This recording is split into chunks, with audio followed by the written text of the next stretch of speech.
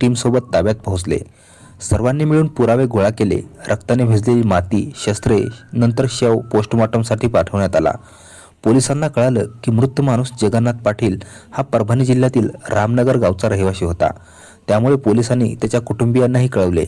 सर्व कामे पुरी करून दोघांना पोलीस ठाण्यात आणण्यात आले आणि चौकशी सुरू केली.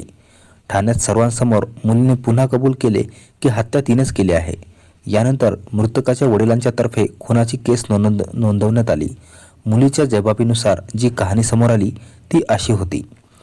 परभणी जिल्ह्यात रामनगर नावाचे गाव आहे. याच गावात जगन्नाथ पाटील आपल्या कुटुंबासोबत राहत होता. त्याच्या कुटुंबात पत्नी रमाबाई व्यतिरिक्त 4 मुले होते. तो वडिलांसोबत शेती करत असे. त्याच्याच उत्पन्नातून कुटुंबाचा उदरनिर्वाह होत असे. काळाच्या ओघात मुले मोठी होऊ लागली आणि घराचा खर्चही वाढला. अशा परिस्थितीत जगन्नाथने मजुरांचा एक गट बनवला आणि ठेक्यावर लोकांना कामावर लावू लागला.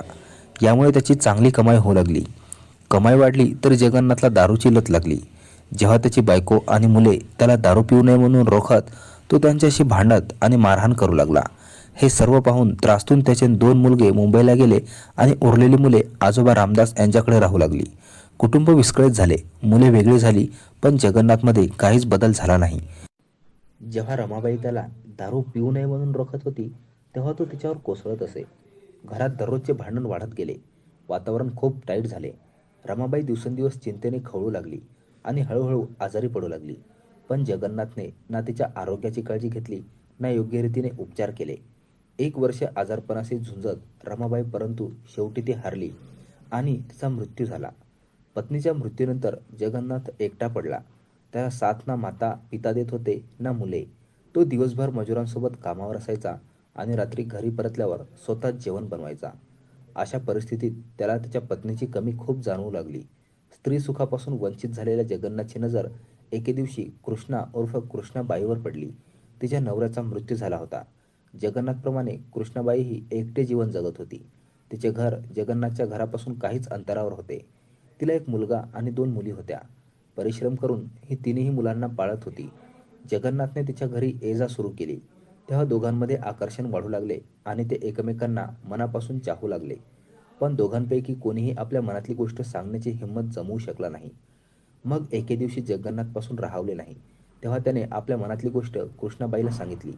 दोघांच्या जीवनात एकटेपणा होता. एकीने आपला नवरा गमावला होता, दुसऱ्याने पत्नी. कृष्णाबाईने थोडा विचार करून सोबत राहण्याची गोष्ट मान्य केली. पण तिने एक अट घातली की जगन्नाथने तिला आणि तिच्या मुलांना सर्वांसमोर स्वीकारावे. जगन्नाथला ही अट मान्य होती. मग जगन्नाथने गावची पंचायत बोलावली.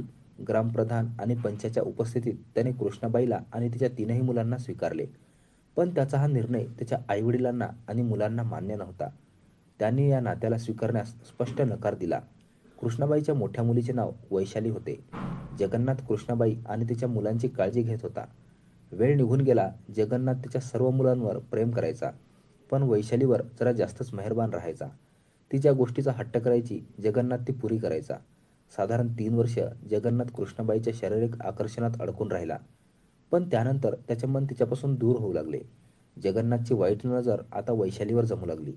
जगन्नाथच्या मनात वैशालीबद्दल वाईट विचार रुजू लागले होते. तो प्रेम दुलाराच्या बहाण्याने तिच्या जवळ जाण्याचा प्रयत्न करायचा. कधी कधी मर्यादा ओलांडूनही जायचा. पण जेव्हा वैशाली नाराज होई, तेव्हा तो तिला बहकवून फसवून समजावून सांगायचा. वेळेबरोबर त्याची नियत आणखीनच बिघडत चालली होती.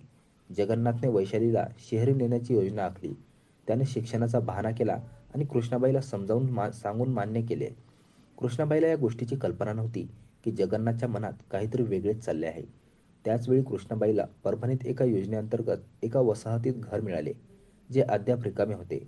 जगन्नाथने कृष्णाबाईला आणि उरलेली मुले तिथेच पाठवून दिली आणि वैशालीला घेऊन महानगरात आला.